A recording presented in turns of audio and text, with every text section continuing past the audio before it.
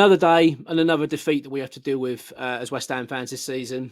My word, only 3 games into it. My word, and it's been a total disaster. Third game now. That's what 11 goals conceded, losing 3-2 last night to Wolves in what was another really poor display. I felt overall, both teams played badly. Don't think there was much to it in terms of excitement or anything like that, or quality, which I think was to be expected, to be honest. Both teams suffering in the Premier League at the moment and looking like they're going to be in relegation scraps as it is. And that's how it looked to me. Like two teams that are fighting relegation playing each other.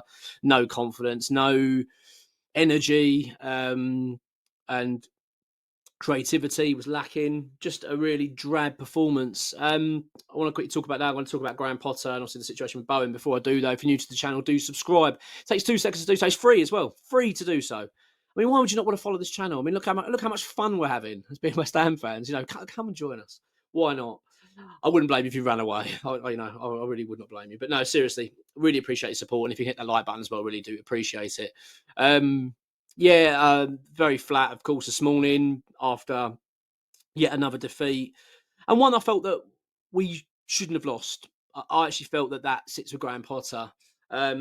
People will know me on this channel, but well, certain people will know me, so maybe you don't. But I try my best not to be too reactionary with managers. I try my best not to be one of those people that you lose a game and you call for the manager's head and that kind of stuff. I always try and sort of just distance myself from that as much as I can, because it's very easy, I think, to point the blame at managers. That's always they're always the fall guy. You know, it's not just West Ham, it's everywhere, isn't it? And rightly so. They are the ones in charge ultimately of the team, so they're going to their heads above the parapet. They're going to have to take the flak when it comes their way. But that being said, I always try and see the bigger picture and think, well, hang on, and try my best. I always try my best to pull out positives. You know what I mean? I'm one of those people. I try my best to not be so honed in on negatives and think, well, hang on, all right, that was bad, but was there anything you can take from it? And I'll tell you what, when you go back to last season, when Graham Potter came into the football club, I felt like it was a breath of fresh air, because I really wasn't a fan of Lopetegui at all. Couldn't understand the guy as well, which I found frustrating. Never felt he got a straight answer out of anything. So to have, when Potter came in, it felt like, this feels like a breath of fresh air. He came in and said all the right things about the football club, about where we are, about being aligned, about how important the academy is. All these things and the style of football he wanted to implement. It felt like it ticked a lot of boxes, actually, Graham Potter, when he came in. And I've been very patient, I feel, with him. If anything, let's be honest, he had pretty much a free pass last season. Now, don't get me wrong, last season wasn't great under Graham Potter. Far from it. The win ratio was terrible. Win ratio was terrible, and the football wasn't great. Let's be honest. However, that being said, there were positives you could take, right? I think the positives would be, there aren't many, but bear with me here.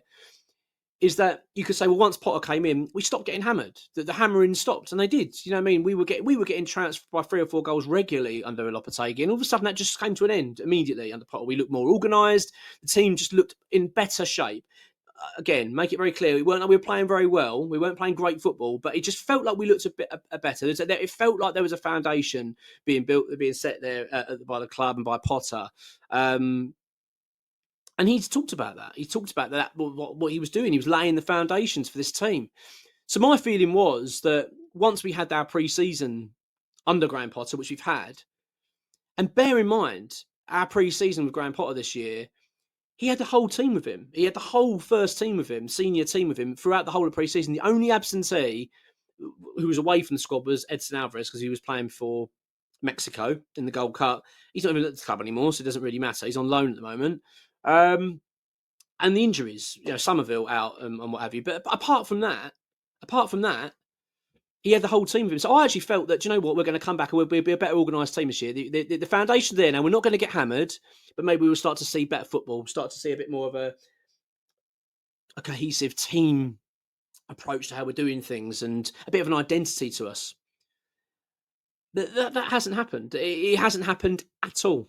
We've somehow come back from into this season, from a full pre-season as well, looking worse. Our defending is absolutely shocking. Absolutely shocking. I'm very disappointed, and I'm very disappointed and angry, really, at Graham Potter for last night, because I put that on him. I put that on Graham Potter. And that's the first time I think I've said that, really. I think it's the first time I've really sort of honed in on Potter, really, since he's been at the club. I've always kind of given him a bit, as I say, a bit of a free pass.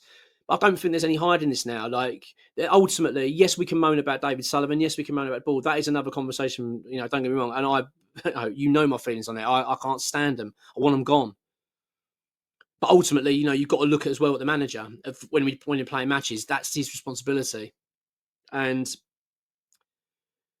I'm not impressed. I'm really unimpressed now. That is now what, 3-0 to Sunderland, 5-1 to Chelsea, and 3-2 to Wolves. Wolves were terrible last night. They were absolutely terrible. But we saw it coming. When we were 2-1 up, right? I'm not going to walk through the whole game.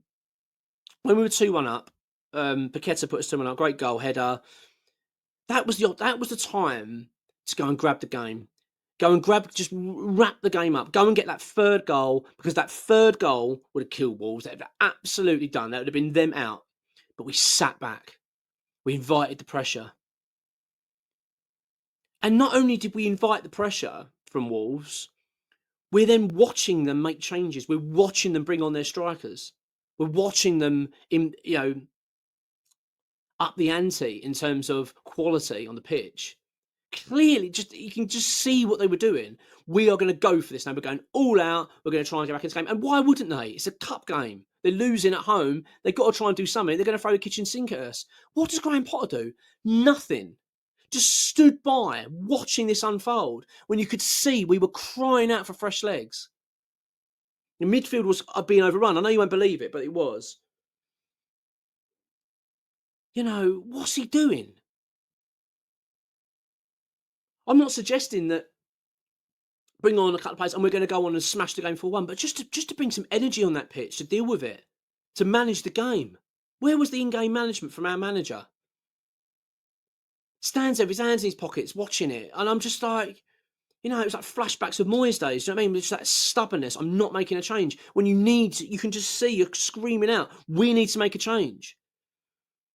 He didn't help that team last night. He left them out there suffering, and what happens? They put their strikers on, and then lo and behold, 2 goals, and they go and win the game. And then, oh look, then we're 3-2 down. Suddenly, he brings the changes. He suddenly wants to put energy in the pitch and try and get back in it. Too late, mate. Oh, very, very worried. And I do you know what? And as well, I don't see what difference this midfield situation is going to make. Oh, all right, look, it will make a difference to our team. All right, but let's be frank. Bringing in a couple of new midfielders is not going to sort this team out. It's not all of a sudden we're going to look so much better. It may improve us, but let's get it right. Our defending is absolutely shocking. It is shockingly bad.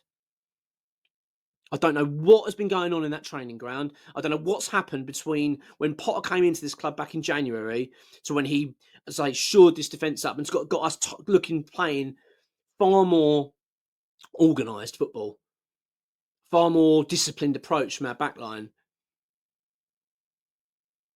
It seemed like the instructions were clear and they understood their instructions. Where has that gone?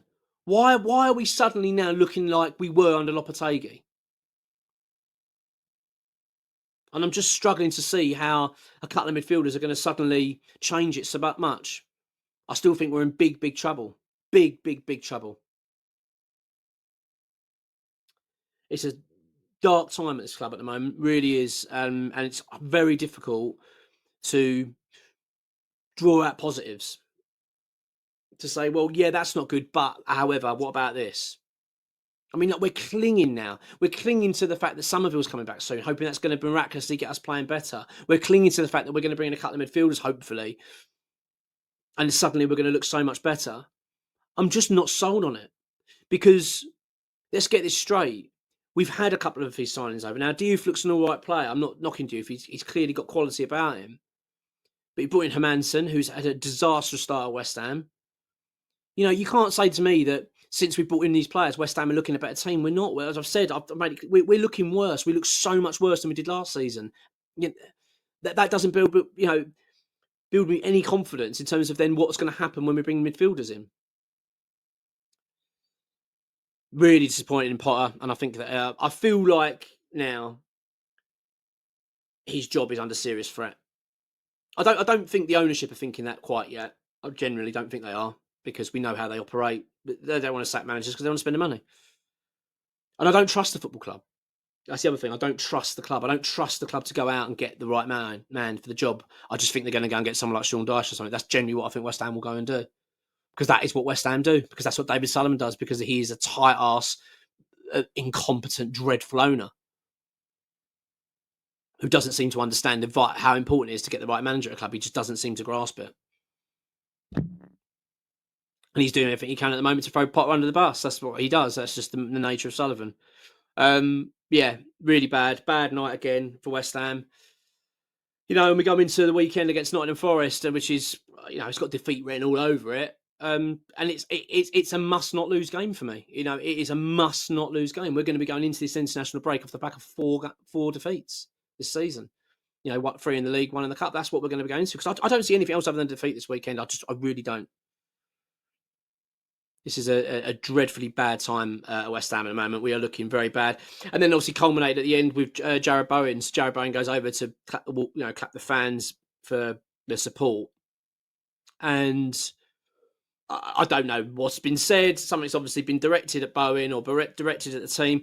And to be honest with you, I have no idea what was said, so it's hard to sort of put into context. But I mean, ultimately, fans are pissed off. We're all fed up. We're all sick of it. And obviously, Bowen doesn't like what's been said to him. Bowen's our best player. I love Jarrod Bowen. I don't think he should be captain. I've made that clear. I don't think he's a captain of the club. You know, not to be horrible to him. He isn't a natural leader, and that's what we lack. I think that's the biggest problem. One of the biggest problems we have at West Ham is there just don't seem to be any leadership out there. The heads go far too easy, and no one's geeing the players up. And I don't think Graham Potter's a leader. He doesn't come across like a leader to me.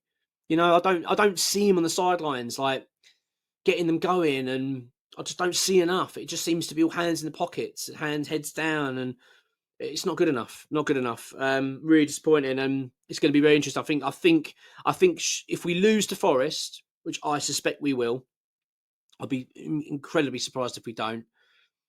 Then we've also got the international break, which is effectively like a 2-week break, isn't it, from football?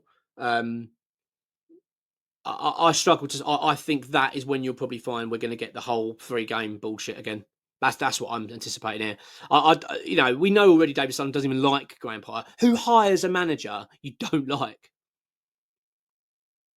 Not that I like David Sullivan's views on anything, and don't really respect them, to be honest with you. But ultimately, he is the owner of the club, and he's going to be making the decisions, right? And he's already made it very clear he didn't want Graham Potter. So what's he going to do? He goes and hires Graham Potter because fucking his divvy Brady's fucking convinced him. Crazy. What a torrid time this is. Yeah, I'm recording later on. I've got to do the preview for the Forest game with Tom, and I'll be waiting on the back of that as well to get some transfer news. I think there's going to be more as I come. I'm like many at the moment. It's very hard to even muster up that kind of like, oh, great, but very deflating, very deflating defeat. Look, have a good one. I'll probably come up with a video a bit later on in terms of transfers. If not, it'll be tomorrow. But I hope you have a good day, and I'll catch you later on. Come on, your irons.